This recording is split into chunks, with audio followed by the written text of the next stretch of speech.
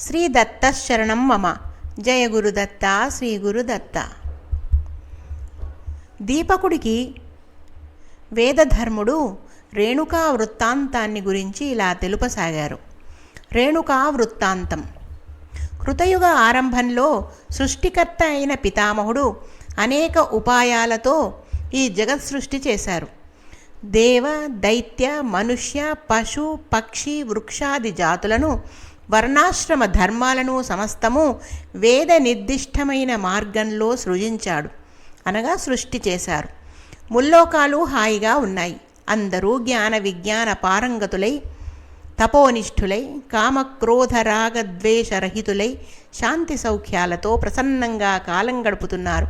బ్రహ్మదేవుడు గమనించాడు. ఇలాగైతే ఇక సృష్టి వృద్ధి చెందినట్లే అనుకున్నాడు. ఆలోచించాడు. తమోగుణం, మోహం, మహామోహం, తామిశ్రం, అంధతామిశ్రం అనే పంచపర్వాలతో అవిద్యను సృష్టించి ప్రాణికోటిని సమ్మోహపరచడానికి ఈ లోకం మీదికి వదిలిపెట్టాడు.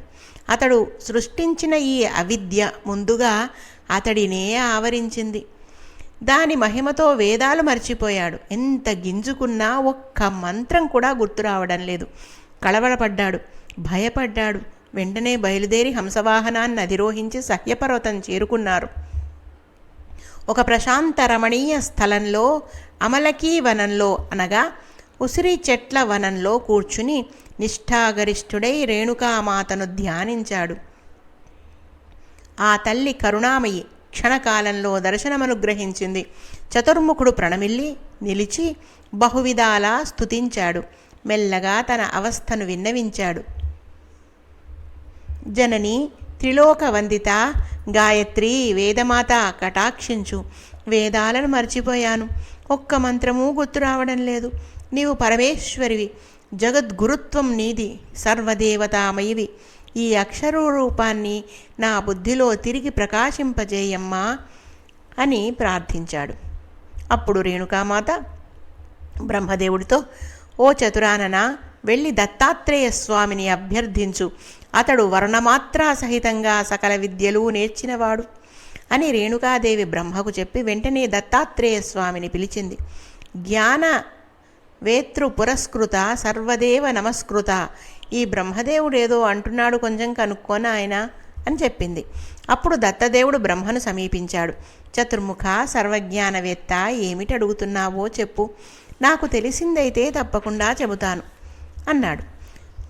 అప్పుడు బ్రహ్మదేవుడు, మునిశ్రేష్ఠ, వేదాలను, వేదాంగాలను, ఉపనిషత్తులను సమస్తము మర్చిపోయాను. దయచేసి వర్ణమాత్రా స్వరాత్మకంగా నాకు వాటిని బోధించు అన్నాడు. అప్పుడు దత్తాత్రేయ స్వామి బ్రహ్మతో విరించి కకారాది సకల వర్ణాలలోనూ ఏకైకమై పరిఢవిల్లే అనంత నాదాత్మకత ఒక్కటే. అది ఎవరిలో ప్రకాశిస్తుందో దానిని, ఆ దేవిని సవర్ణ అంటారు. ఆ సవర్ణ ఈ రేణుకాదేవియే తప్ప మరొకరెవరూ కాదు. సవర్ణ వేదమాత, సావిత్రి, బ్రహ్మరూపిణి అన్నీ ఆ జగద్ధాత్రి రేణుకాదేవియే.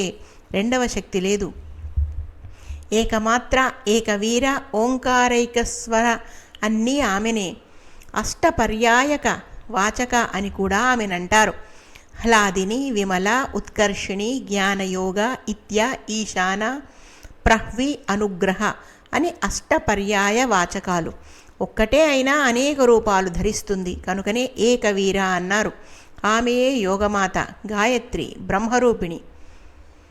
మునిశ్రేష్ఠ, సాధు వేదమాత అన్నా, గాయత్రి అన్నా, బ్రహ్మరూపిణి అన్నా ఒక్కరేనని చాలా చక్కని విషయాన్ని స్పష్టపరిచావు అని బ్రహ్మదేవుడు దత్తాత్రేయ స్వామితో పలికారు. ఇలా దత్తాత్రేయ స్వామి, చతుర్ముఖుడు ఇలా సంభాషించుకుంటూ ఉండగానే దత్తదేవుడి అంకపీఠ నివాసిని అయిన శ్రీదేవి ముఖం నుంచి చతుర్వేదాలు వెలువడి రేణుకాదేవి శరీరంలో ప్రవేశించాయి. దీనితో సంతృప్తి చెందిన చతుర్ముఖుడు రేణుకాదేవియే వేదమాత అని గుర్తించి భక్తి ప్రపత్తులతో నమస్కరించాడు. తల్లి, ఛందస్వరూపిణివి నీవు, ఓంకారస్వరూపిణివి నీవు, అనంతరూపిణివి నీవు. తెలిసి కానీ తెలియక కానీ నిన్ను నిందించేవాళ్ళు సకల పుణ్యఫలాలను కోల్పోతారు అని స్తుతించి మరొకసారి నమస్కరించి దత్తాత్రేయుడికి రేణుకామాతకు ప్రణమిల్లి పురాతన వేద స్మృతిని తిరిగి పొంది సత్యలోకానికి వెళ్ళిపోయాడు. ఆ జగదంబికయే రేణు మహారాజు చేసిన తపస్సుకు సంతుష్టయై వారింట కన్యగా జన్మించి శివస్వరూపుడైన జమదగ్ని మహర్షిని పరిణయమాడింది, సేవలు చేసింది. ఆ దంపతులు కొంతకాలానికి లౌకిక దేహాలను విడిచిపెట్టి శివాని రూపాలతో కైలాసం చేరుకున్నారు. దీపక, ఈ కథ నీకింతకు ముందే చెప్పాను కదా, అందుచేత నీ మరో ప్రశ్నకి సమాధానం చెబుతున్నాను విను అని వేదధర్ముడిలా కొనసాగించాడు.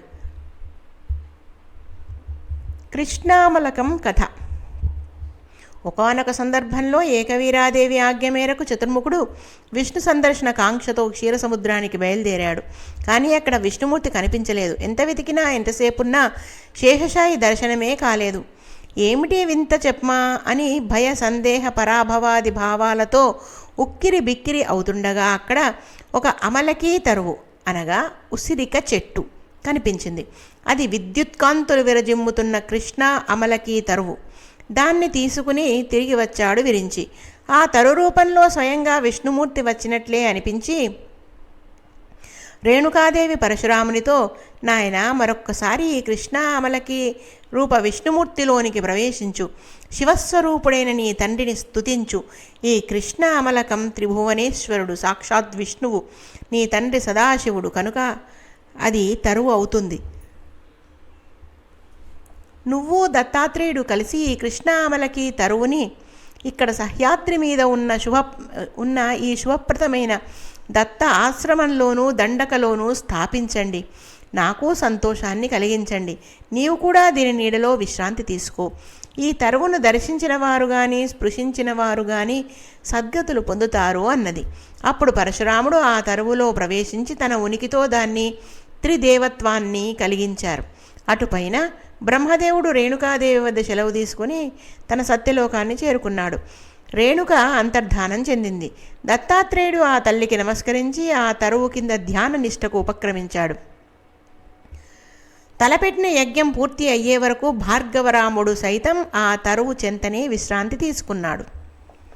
ఇక పింగళనాగ వృత్తాంతాన్ని చెబుతాను విను అంటూ వేదధర్ముడు దీపకుడికి పింగళనాగ వృత్తాంతాన్ని చెప్పసాగాడు. ప్రణీతా నది ఒడ్డున కృష్ణ అమలకి తరుఛాయలో ధ్యానం చేసుకుంటున్న దత్తాత్రేయుడి దగ్గరికి ఒకనాడు పింగళనాగుడు అనే ముని దర్శనార్థం వచ్చాడు. సభక్తికంగా నమస్కరించి దత్తదేవుడి అనుమతితో చేరువలో కూర్చున్నాడు. స్వామి, నాకు తెలియక అడుగుతున్నాను. నా అజ్ఞానాన్ని క్షమించి నా సందేహాన్ని తొలగించండి. నాకు తెలిసి 4 ఆశ్రమాలే ఉన్నాయి. వాటికి వాటి నియమ నిబంధనలు ఉన్నాయి. వీటిలో తమరు ఏ ఆశ్రమానికి చెందినవారుగానూ కనపడటం లేదు. మీరిద్దరూ దిగంబరులై ఉంటారు. మదిర మాంసాలని పుచ్చుకుంటూ కనిపిస్తారు. దిగంబరి అయిన ఈ అందగత్తెను ఎప్పుడూ నీ అంకపీఠం నుంచి దింపవు. ఏమిటి స్వామి ఇదంతా? దీన్ని ఏ ఆశ్రమం అంటారు? ఈ ఆశ్రమ దీక్షను మీకు ఇచ్చిన గురువు మహానుభావుడెవరు? ఎంతో కాలంగా మిమ్మల్ని అడగాలని ఇప్పటి కుదిరింది. కాసింత విశ్రాంతిగా ఏకాంతంగా దొరికారు. అందుకని అడిగేశాను. నొప్పిస్తే క్షమించండి. చెప్పకూడనిదైతే చెప్పవద్దు. తెలుసుకోవాలని మాత్రం నాకు చాలా కుతూహలంగా ఉన్నది అని దత్తాత్రేయుణ్ణి అడిగాడు. అప్పుడు దత్తాత్రేయ స్వామి, మునిశ్రేష్ఠ, అడగవలసిందే అడిగావు. ఇందులో నన్ను నొప్పించింది ఏమీ లేదు. నీవన్నట్లుగా ఇంతవరకు లోకంలో ఉన్నవి 4 ఆశ్రమాలు. కానీ నాది ఆ పైది 5వ ఆశ్రమం. ఈ చరాచర జగత్తునంతటినీ ఆత్మ భిన్నమని అవికల్పంగా చూడగలిగినవాడు, కామక్రోధాదులైన అరిషడ్వర్గాలను జయించి సర్వభూత కోటి పట్ల సమచిత్తంతో వైరాగ్యంతో ఉండగలిగినవాడు మాత్రమే ఈ 5వ ఆశ్రమానికి అర్హుడు. నేను చెప్పిన ఈ తత్వం నీవన్న 4 ఆశ్రమాలలోనూ ఎక్కడైనా ఉన్నదా? నీకు తెలీదు, చెప్పలేవు. కేవలం బ్రహ్మవాదులు మాత్రమే గుర్తించగలరు అన్నాడు. అప్పుడు పింగళనాగుడు దత్తాత్రేయ స్వామితో, మహానుభావ, నీవే విశ్వేశ్వరుడువు, నీవే పురుషోత్తముడువు. అనసూయాత్రి దంపతులకు జన్మించిన నీవే కమలాపతివి. అజ్ఞానంతో నేను చేసిన ఈ అధిక ప్రసంగాన్ని క్షమించు. నన్ను రక్షించు. నీ ఉదరంలో ప్రవేశించి సురక్షితంగా ఉండాలన్నది నా ఆకాంక్ష. హే శ్రీరామ, నారాయణ, వాసుదేవ, గోవింద, వైకుంఠ, ముకుంద, కృష్ణ, శ్రీకేశవ, అనంత, నృసింహ, విష్ణు, సంసార సర్పద్రష్టుణ్ణి నన్ను కాపాడు అంటూ పింగళనాగుడు సాగిలబడి మొక్కాడు. పింగళనాగుడి ప్రార్థనను మన్నించి దత్తాత్రేయుడు శివరూపంతో అతడిని గర్భాన ధరించాడు. ఇక అమలకి వృత్తాంతం. శివరూపధారి అయి కృష్ణ అమలకం క్రింద కూర్చున్న దత్తాత్రేయ స్వామిని గాని, త్రిమూర్తి స్వరూపమైన ఆ కృష్ణ అమలకిని గాని దర్శించిన వారు సద్గతులు పొందుతారనడంలో సందేహం లేదు. నరనారీ జనం ప్రణీతా నదిలోని పద్మతీర్థాన స్నానం చేసి దాన ధర్మాలు నిర్వహించి ఒడ్డున ఉన్న ఈ కృష్ణ అమలకిని దర్శించి స్పర్శించి ప్రదక్షిణం చేస్తే ఏకకాలంలో హరిహర విరించులకు ప్రదక్షిణం చేసిన పుణ్యఫలం పొంది మహాయోగులకు సైతం అందని పరమపదం చేరుకుంటారు. కృతయుగ ఆరంభంలో క్షీరసాగర మథనం జరుగుతున్నప్పుడు ఫల పుష్ప భరితమై పీయూష అమలక వృక్షం ఆవిర్భవించింది. అప్పుడు దాన్ని దేవతలు విష్ణుమూర్తికి బహూకరించారు. సముద్రుడేమో కౌస్తుభాది రత్నాలను, దివ్యాభరణాలను, లక్ష్మీదేవిని స్వయంగా సమర్పించి విష్ణుమూర్తిని సత్కరించాడు. పుణ్యప్రదమైన క్షీరాబ్ధి మందిరంలో ఈ పీయూష అమలకిని స్థాపించి లక్ష్మీదేవిని ఆనందపరచాడు శ్రీ మహావిష్ణువు. అనసూయ అత్రి మునులకు తాను పుత్రుడుగా అవతరించిన వేళ తనతో పాటు ఈ పీయూష అమలకిలో అర్ధాంశం తెచ్చుకున్నాడు. అటుపైన దాన్ని తన సహ్యాద్రి ఆశ్రమంలో నాటుకున్నాడు దత్తుడు. అదే కృష్ణ అమలకి నామంతో ప్రసిద్ధమయ్యింది. దాని కిందనే దత్తస్వామి తీవ్రంగా తపస్సు చేశారు.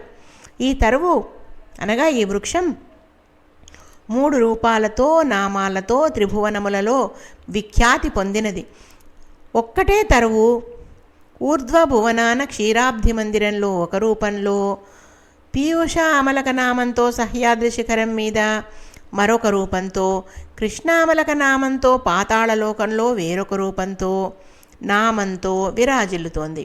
దత్తాత్రేయ ఆశ్రమంలోని తృతీయాంశ విరాజితానికే సిద్ధ అమలకమని కూడా పేరు. అందువల్లనే సిద్ధ అమలక గ్రామం ఏర్పడి అటుపైన మాతాపురం అయ్యింది. దీన్ని దర్శించిన నర నారీ జనం పరమపదం చేరుకుంటారు అని వేదధర్ముడు దీపకునికి తెలియజేశారు. శ్రీదత్త శరణం మమ. జయ గురుదత్త. శ్రీ గురుదత్త. శ్రీ దత్తాయ గురవే నమః.